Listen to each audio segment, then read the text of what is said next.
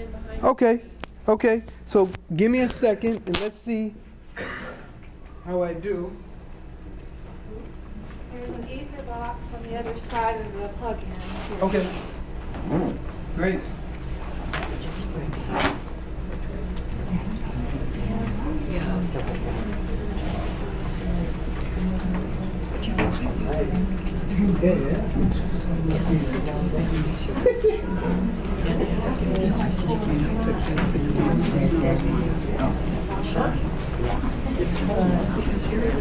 Yeah, I won't be able to even get it on the screen. Okay, let me run upstairs and get our longer. Okay, and I'll go on to something else and then we'll come back to this when we're ready.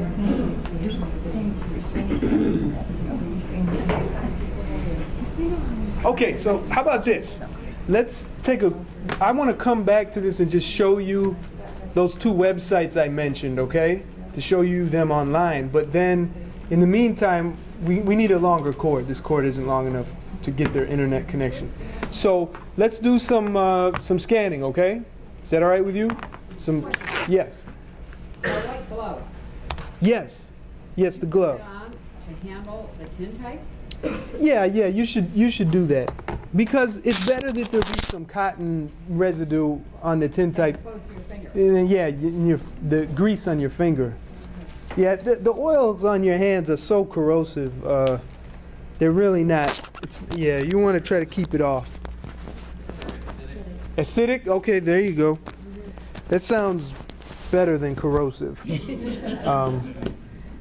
old document that you're going to handle, you should be doing that with.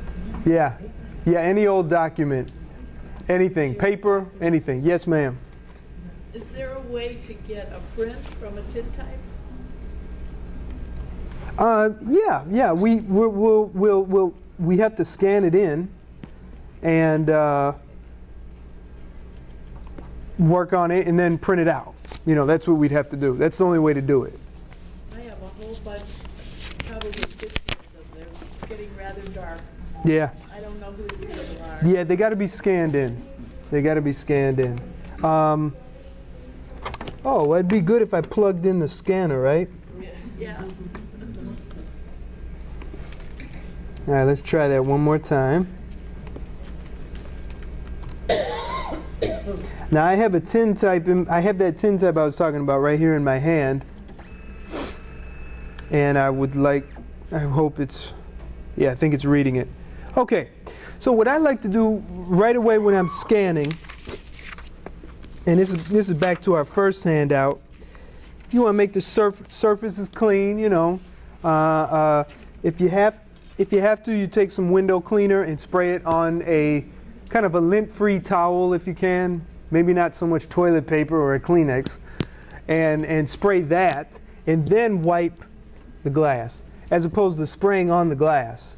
Okay, because if you spray on the glass, sometimes that cleaner can seep into the edges, right where the plastic and the glass meet. Okay. Is there a special glove? Yeah, these are cotton gloves. You use these to handle archival materials. You can get them at any of those websites I mentioned about preservation.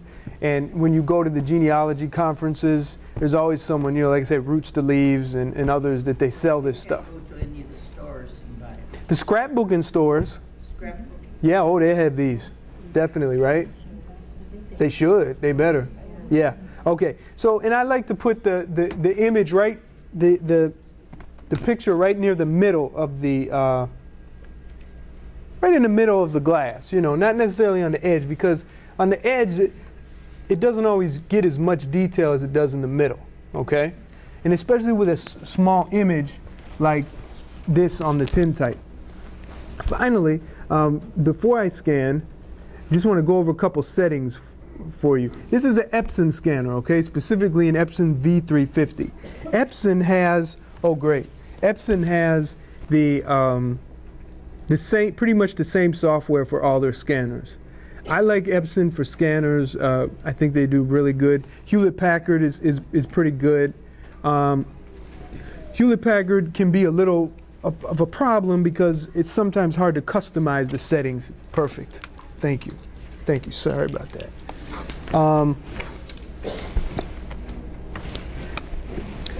So, anyways, when I'm scanning, I like to go in the expert mode or the advanced mode of scanning, because all scanning software comes with, let's go here, full auto mode or home mode. You know, and it's very simple. There's not a whole lot of stuff to worry about. But I like to go in the professional mode because I can customize every single thing with no automatic settings. The reason why I say that is I want to do all my fancy sharpening and color correction in my photo editing program, like Photoshop, not in the scanner, okay? The scanner doesn't always give you the best control. There are some exceptions. So I scroll down, I make sure all my automatic settings are unchecked, and as you can see right here, nothing is checked, okay? And there's even more automatic settings here, like for color, okay? And I'm going to turn that off. No color correction, auto exposure level, I don't want it. Okay. Now I hit preview, okay? Some scanners may call it an overview, something like that. And the scanner's warming up.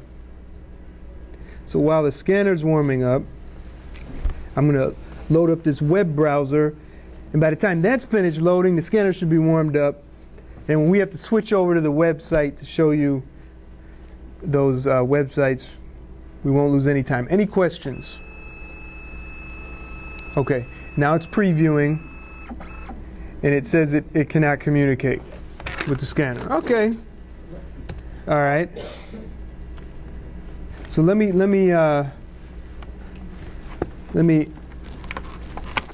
unplug the scanner power and plug it back in.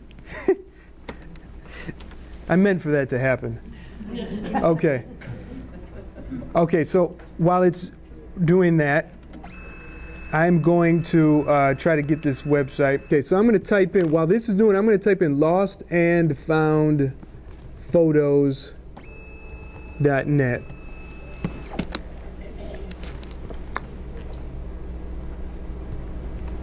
Great. And while that, let me try the scanner again. Okay, so when you go to lostandfoundphotos.net, you get a little welcome page. There is a movie you can download to watch for a step-by-step. Okay. Click on the picture to enter the site. Let me go back. I'm switching between my scanner and the web browser. All right, it's, you know, that light is still flashing at me. Okay, good. So when you come in, here's the page. There's a welcome section, how to register, how to post photos, a step-by-step. Okay. Now I was telling you, let's say you want to find what pictures do people have up there right now, okay? And right here in the photos section, it gives you a preview of the last post, okay? So here's someone who registered. I click on this icon, and it takes me to their post. And look at this. He says second Spacey, I'm not sure how to pronounce that name. Reunion circa 1920, Burke or Lebanon County. And he says, I posted this photo in hopes that someone can recognize someone in the photo. It is taken in Lebanon or Berks County, PA, about 1920 to 22. I can only identify Sarah, blah, blah, blah, blah. She's in the center row. He identifies her. And when you click on the picture, it takes you to a bigger version, okay? And you see it, and maybe you say, oh, yeah, I think I know that person. So I go back, okay? And what I do is I post a reply, okay? Now this is, you cannot reply to anybody or post anything without registering first. Now since I'm the administrator of the website, I kind of automatically log in every time I go through here. So